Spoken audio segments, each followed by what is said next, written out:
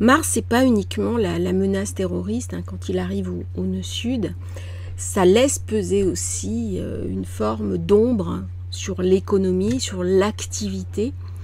Mars a un côté destructeur, déstructurant. Il vient pour casser ce qui est établi.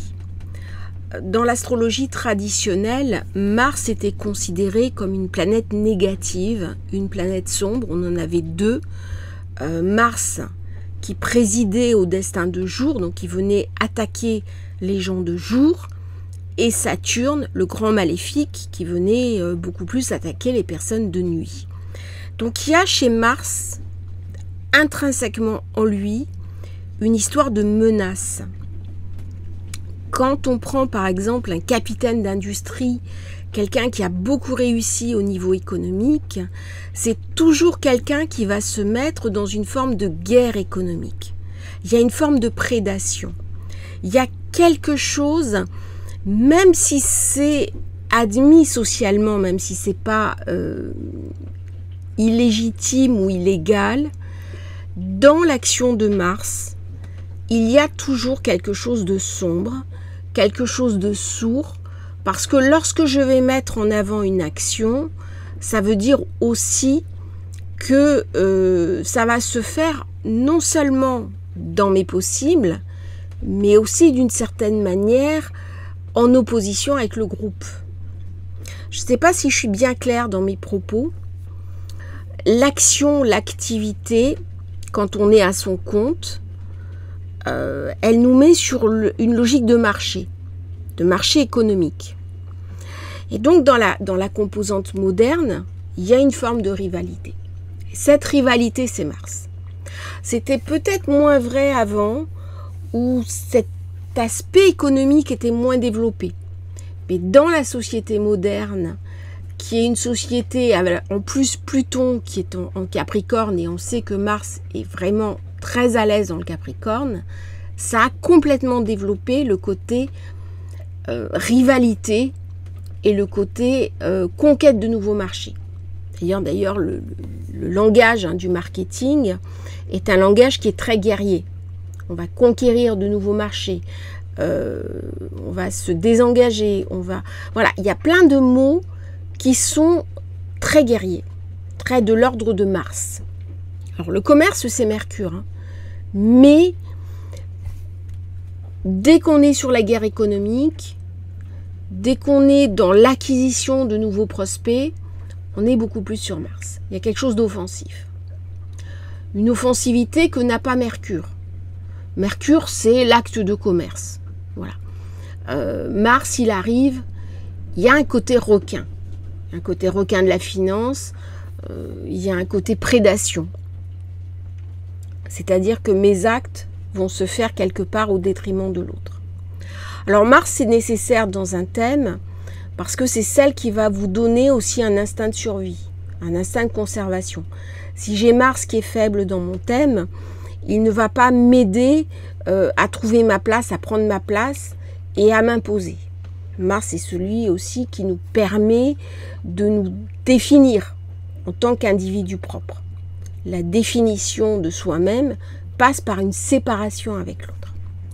Et alors, quand j'ai fait ce premier volet, Mars, la menace terroriste, j'ai réalisé quelque chose qui était aussi important, c'est que Mars a souvent à voir, quand il est en transit nœud-sud, avec les grosses crises économiques et les grands passages difficiles de l'économie mondiale.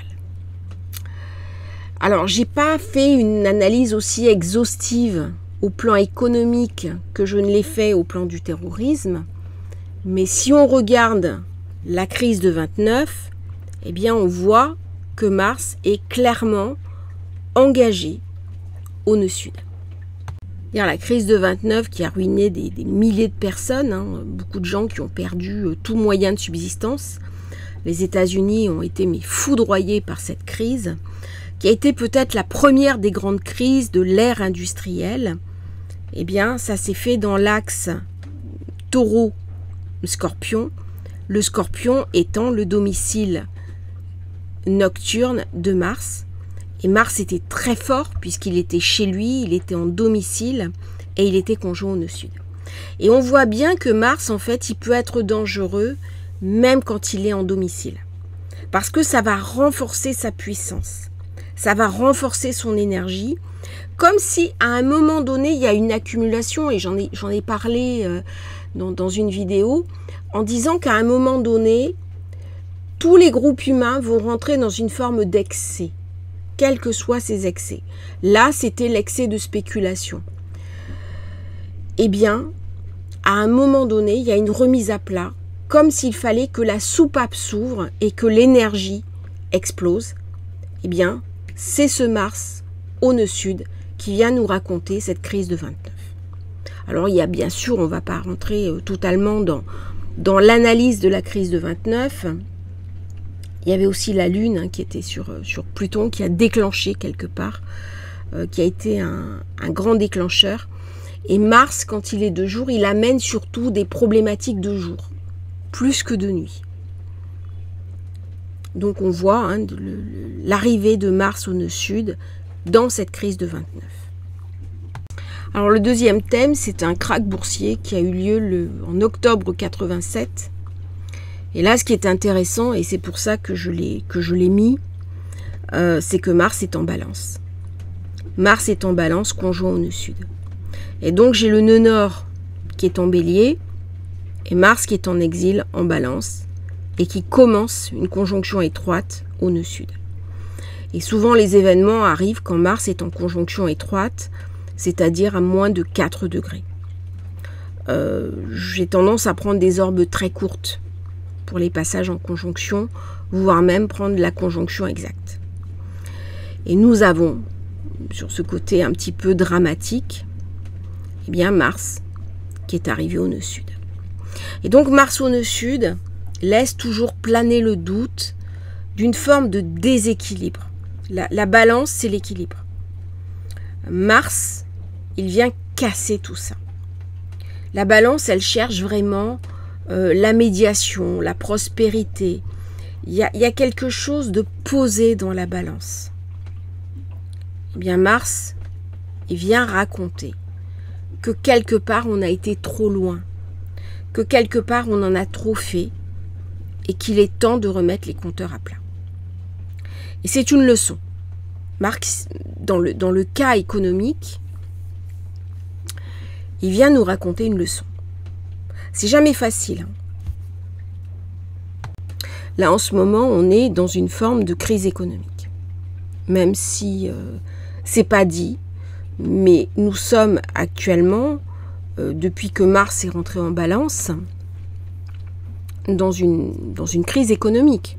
C'est-à-dire, il y a une énorme inflation et en même temps, il n'y a pas d'activité économique. Et c'était Raymond Barre à l'époque qui avait nommé ça la stagflation, et il disait c'est le pire des scénarios qu'on peut avoir. C'est-à-dire que les gens ne s'enrichissent pas, puisqu'il n'y a pas de croissance, et en même temps les prix augmentent. Donc c'est le pire des scénarios. Et par contre, les journalistes ou les économistes ne font pas forcément leur travail pour le dire. Il y a une espèce de tabou actuellement sur cette crise qui est complètement larvée. Est-ce qu'elle va s'accompagner d'une crise économique profonde, majeure, comme un effondrement financier? C'est à surveiller. C'est à surveiller, c'est le moment d'être prudent pendant le temps où Mars va être conjoint au nœud sud. C'est le moment aussi de regarder un peu ce qui va se passer et de rester attentif à tout ça. Alors ça ne concerne pas tout le monde, ça concerne les personnes qui ont par exemple des actions ou des placements financiers. Si c'est le cas, alors ne paniquez pas, ne rentrez pas dans ces conseils ne sont pas des conseils financiers, je précise. On regarde ce qui se passe dans le ciel et on essaie de trouver une sensibilité, on essaie un petit peu d'anticiper ce qui peut advenir. Toujours, dès qu'on s'interroge, on émet des hypothèses, jamais des certitudes. Donc regardez un petit peu ce qui va se passer entre maintenant et jusqu'au 15 octobre. Ça peut être très intense au niveau économique également. Il peut y avoir les deux, hein, juxtaposition, un événement soudain, imprévu, et puis en même temps une crise économique. C'est ce qui s'était passé par exemple quand il y a eu les attentats du World Trade. Derrière, il y a eu des mouvements de bourse très importants. Et d'ailleurs, il y a un grand tabou, il y a un banquier suisse, quelqu'un qui est spécialiste du monde de la finance, qui a écrit un livre là-dessus, en s'interrogeant pourquoi il n'y avait pas eu d'enquête sur les mouvements boursiers liés au 11 septembre.